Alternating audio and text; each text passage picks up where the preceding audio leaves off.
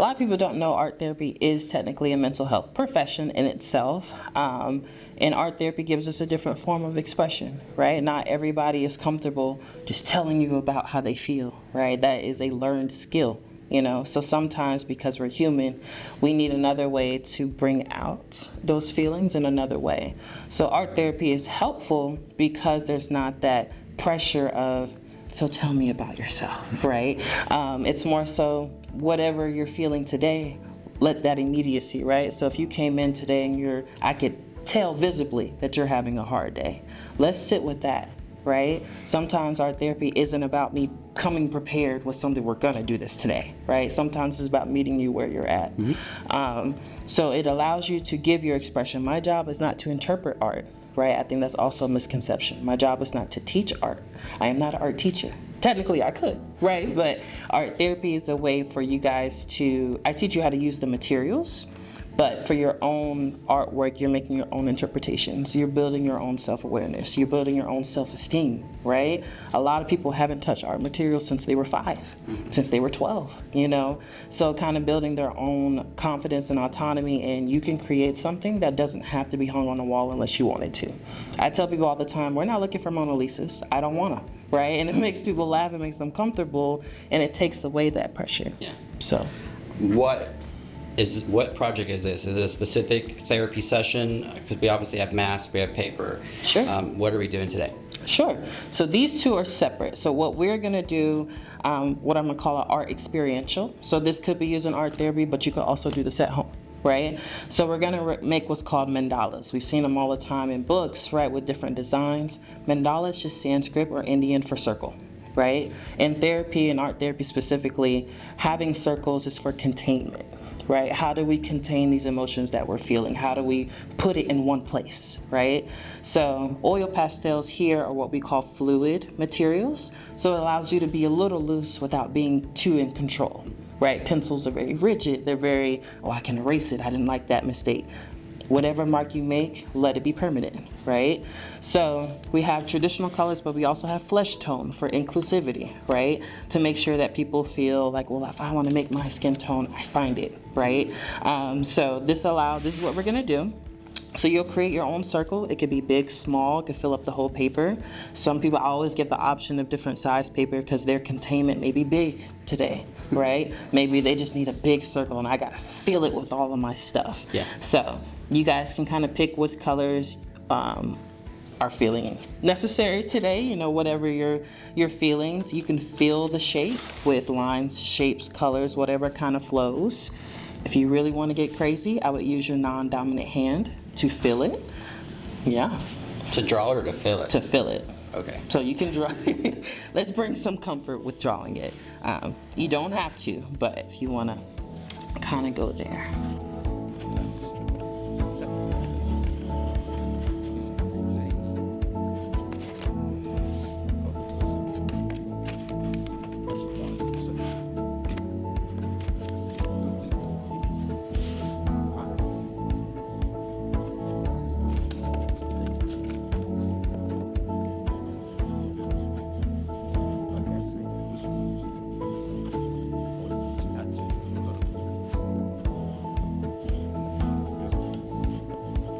And during these, while everyone's filling these out, is it just open conversation? Are they talking to you about why they chose which color, if they want to?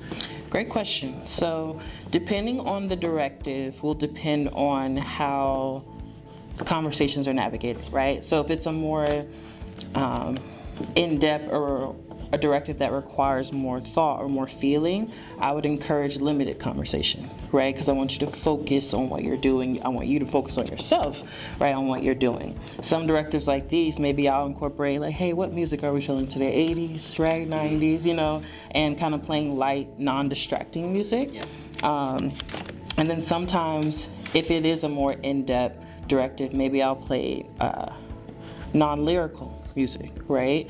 So the atmosphere definitely has a reflection of how they do choose to make art, because if we're doing this and we're supposed to be relaxing and I'm telling you how I got crazy last night, that's counterproductive, right? So yeah. Have you found that playing music helps people relax more than the fear of dead silence?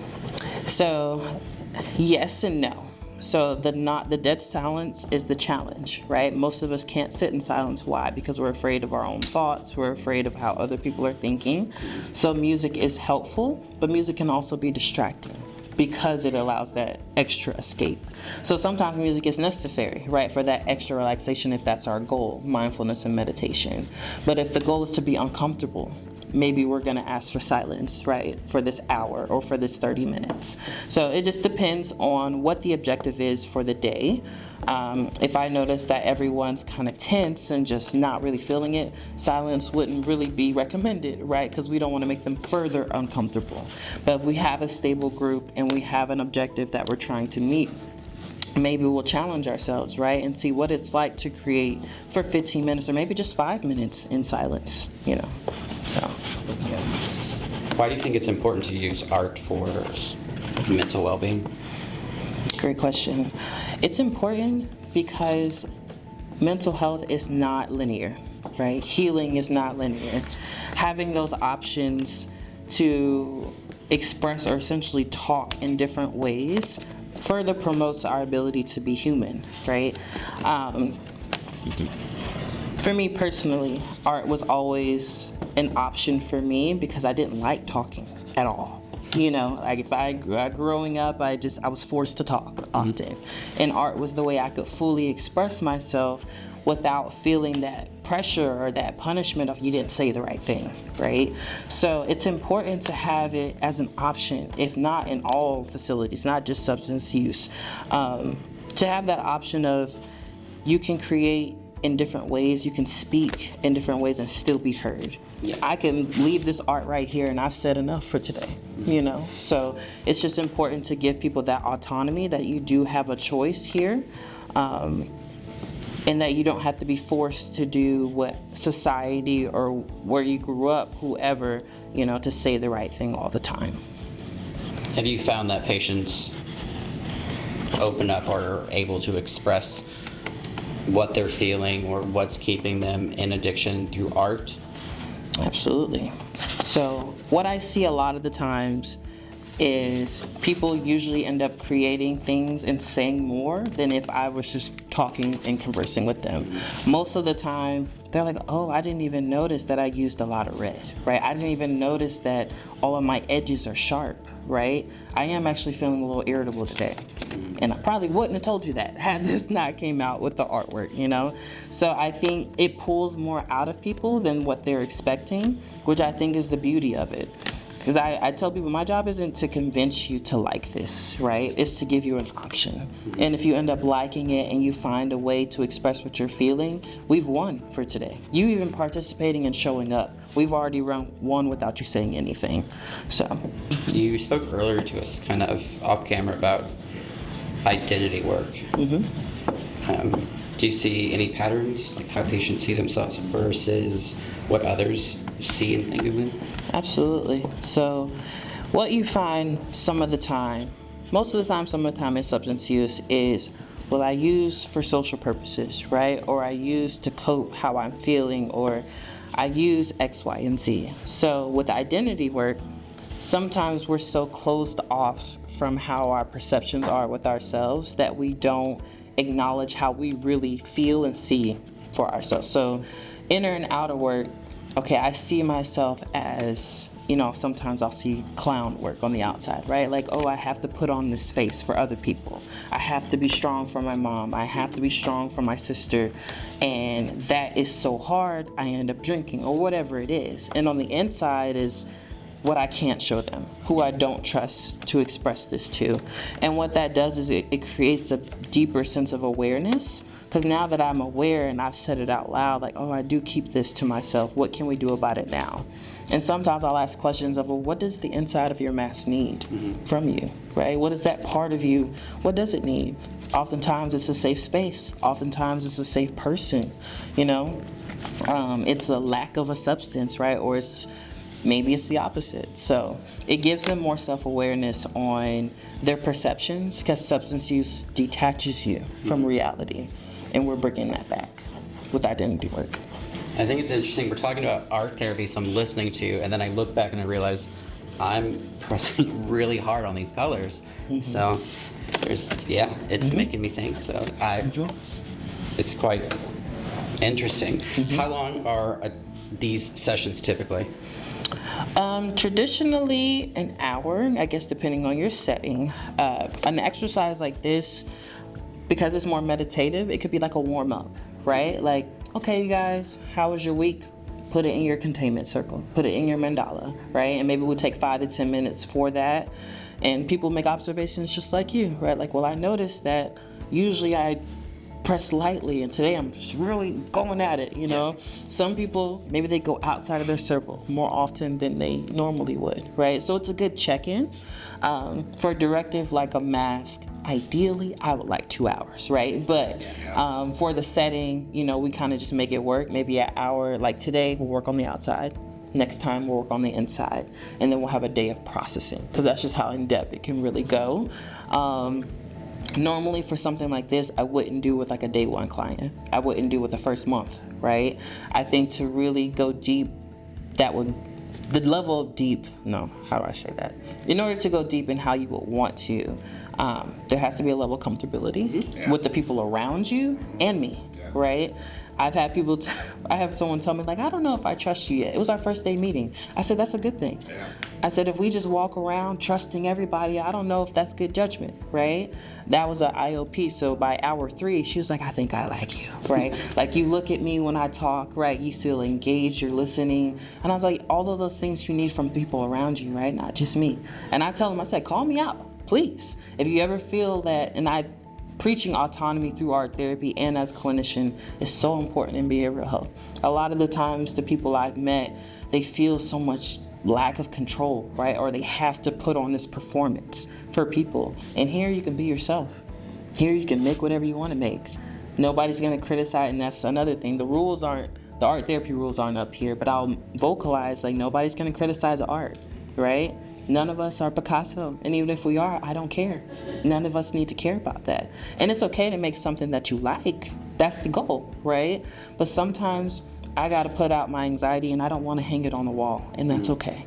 You know, so just kind of promoting that, setting the expectations early so that when people get in here, they're like, this is all I got for you, Brianna. Okay, let's work with that line, you know? So would they do the inside as far as how I see myself, or would I do 2 different masks, how I see myself and how I think others see me? Good question. So it will all be on the same mask. So the outside is how do you think other people see you, and or what mask do you put on for other people? Because sometimes they can coincide, sometimes they can be different. What I often see is people will split it, right? Or maybe they do the whole thing and maybe they just pick whichever definition resonates with them. The inside of the mask is what parts do you not share with other people, and or what parts do you keep to yourself or with people that you trust, right? A lot of the times this is where mental health shows up. And so then those follow-up questions, okay, what is your inside? And with follow-up questions, I usually keep that on a separate piece of paper, right? Because as a group, we're not here to go in depth, right? We're here to share the experience, but on a piece of paper, I'll say, well, what does the inside of your mask need, right? What are the things that are the most harmful or the most effective about the outside of your mask? Because in a way, it does help you, because you use it. If it didn't help you, you wouldn't use it in some sort of way.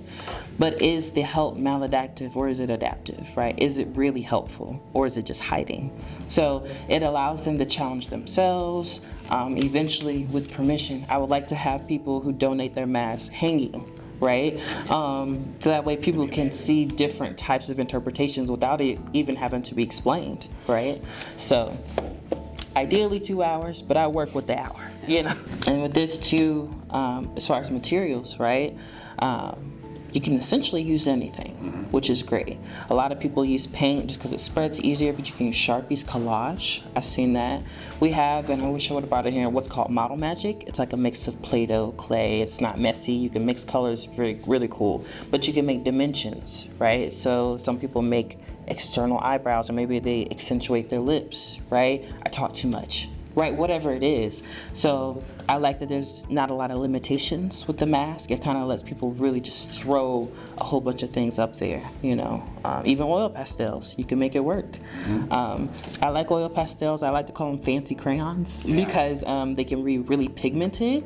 I brought paper towels in case you want to take your finger and smear, right, colors, and they can kind of merge together, which people like sometimes. So it's a nice sensory experience, but also fluid, and people just can kind of make it work.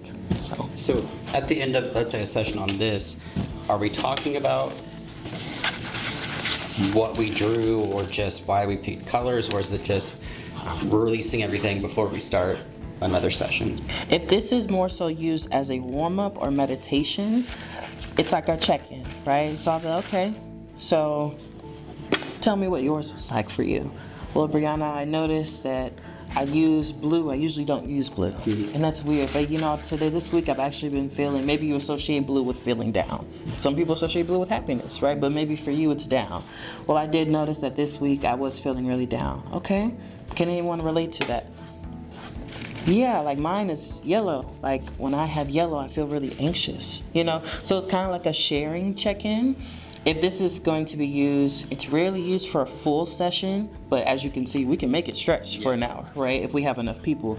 If we use it for a full session, we'll kind of check in on themes. So I would kind of conclude that, okay, we've heard a lot of sadness and anxiety. Like, who can relate to that?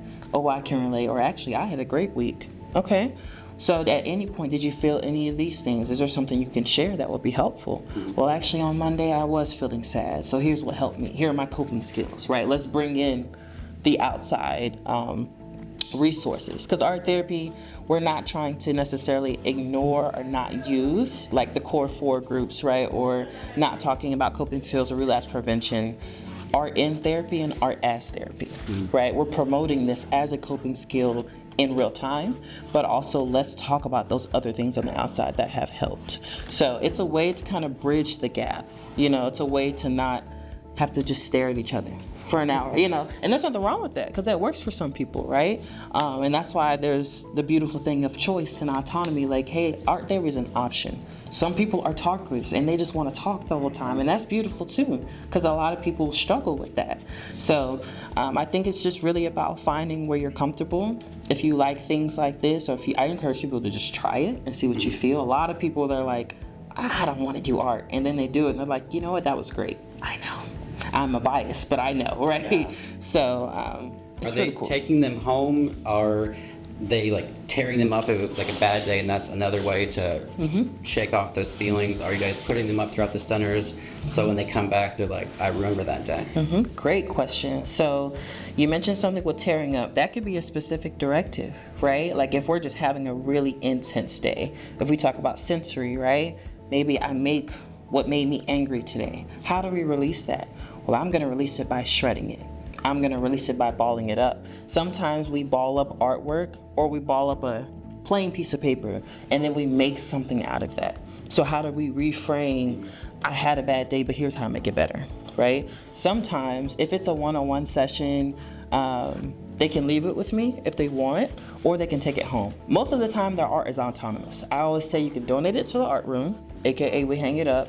You can take it home for reflection, or you can leave it with me and we'll reflect on it in our one-on-one, that kind of thing. If I notice something in group and it's like, I can tell it's heavy for them, I can tell a lot came out of it, I may encourage them, not pressure them, but like, hey, like, do you want to reflect on that further with me? They can say no, and I'm like, okay, we'll take it home and you reflect on it. And if they say yes, I'm like, well, would you mind leaving it here? I'll keep it, because artwork is technically confidential, right? It's a form of notes. So if they leave it with me, I make sure it's locked and secure, and we'll reflect on it, and then, all right, we've done our thing. You can take it home, you can throw it away, whatever you feel is right for your artwork. After someone goes through art therapy, do they find words to describe how they feel more easily? I've noticed that, yes. Because it can also be the opposite and it just be more complex, right? Like, I don't know what's on my page, right? But a lot of the times, your own observation, right, of your own artwork. Like I noticed that I made a type of traditional kind of art piece, what I was expected to do, what I feel was expected, but here's my own interpretation. you know, and who knows, you probably would have if you have the language to talk about how you feel, right? But for a lot of people, it's like, no, actually, I do notice that about myself. And that's where that building of self-awareness comes from. Because there are some people like, I don't know why I made any of this. And I'm like, that's okay. Because actually, sometimes these don't have to have meaning. You know, if we make meaning to everything, that creates a pressure of everything I make has to have meaning. But sometimes I just like these colors. Yeah. Sometimes, you're right, and that's where the art as therapy comes in. Like, this was just therapeutic for us to do. It made me relax. I can reflect on my week, and I can go home. And then other times it's like, you know what, my pressure was a little hard.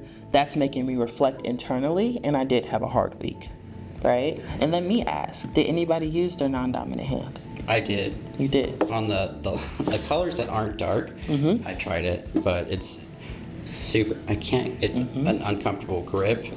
And for me, who kind of is I'm a perfectionist, where it has to be filled in inside the lines, paper is together. Right. It was hard to let go when I overcompensated by pressing. Not everyone of our patients is lucky enough to have someone like you. Or not all of our centers aren't able to offer art therapy. Sure. But art is not something that only has to be done here. Correct. If a patient's watching this and they're like, I want to do that, what do you suggest for them to do at home? Great question. So I suggest finding what you like, right? By default, if you grew up with colored pencils, most of us at some point in our childhood, we did art somewhere, right? My first suggestion is reconnecting with that part. A lot of adulthood is finding those moments where we feel like our inner child, right? So whether it's markers, I encourage you to just buy whatever you want or use what's in your house. If you have pencil in your house, go for it. Finding your interests, finding things you like, and just kind of going at it. I suggest doing mandalas, right? You can buy the book. I'm not against that, right? A lot of art therapists tell you don't do that, right? But if meditation is the objective, it doesn't matter. So finding your interests, experiment with, go to Hobby Lobby and close your eyes and pick something, right? And allow art to be therapeutic for you, right? You don't have to I wouldn't necessarily recommend directives if you don't have someone around you that's a professional to help you with those feelings, right? That's why with this experiential, I'm not gonna have you guys pour me your deepest, darkest secrets. You probably wouldn't have told me anyway, right? But if that unlock something for you internally and then I just send you home, that's a disservice, right? So I recommend the same thing if you're at home. Now, if you're in therapy, right, already, and you just want to kind of find or deep dig and take it to your therapist, that is a great idea. Or if you already have a great practice of journaling, art journaling is a thing. That's a whole nother conversation. But if you made art and wanted to journal about how you felt, right, or journal about your day or journal about your reflections, do that too, So there's no gatekeeping, right? Use art in whatever way makes you happy. If you want to do a mask at home, I would more so lean into if you do have a therapist. However, if you want to make a mask because it looks cool, do that, right? Because the art itself is what's therapeutic. My job, the only difference is to have someone bring out and ask those different questions that you may not ask yourself. It's really the teetering line here, right? And making sure that you're safe while you're making art. And you asked us to use our non-dominant hand. What's the thought behind that and having us do that? You hit it right on the head. Lack of control, right? You're actually some of my favorite type of clients, right? The perfectionism, right? Because that's a great quality to have. And without therapizing you guys, thinking about the release of control that we have in our everyday life, right? Anxiety, right, is a loss of control. I don't know what's going to happen. I know this happened years ago. What if it happens now? Bringing yourself in the present moment. You have to focus on what you're doing, right? When you're using your non-dominant hand, there's an extra pressure. So it just releases that control, right? It loosens people up. It makes them uncomfortable, right? Which is sometimes our objective. Let's get out of the norm. Like if I have a client, who normally uses pencil because that's comfortable. Well, actually today we're going to use paint. A very fluid material that you cannot control as easily, right? And I think that also comes with strategy. If you both were in high distress and or delirium or even hallucinations, I wouldn't give you paint because that's going to further take you there, right? Maybe we actually do need color pencils today, have some extra containment. So it's really about knowing who you're working with. That's why usually the first session I'll have everything out, you know. Didn't really do that today for the sake of space, really, but kind of seeing where people naturally gravitate to, why they chose what they chose, why they chose what colors, etc. People are like, well, I just like color pencils, I don't want to do anything else. That's okay. So maybe next week you'll still have that option, and then the week after that we're going to use oil pastels, because that's a good transition, or crayon, right? Because it allows you to still have that color and a little control. Oil pastels you can control better than paint. So it's just a matter of reading your people, right? And that's why I tell people, if you're going to do art at home, experiment, see what you like.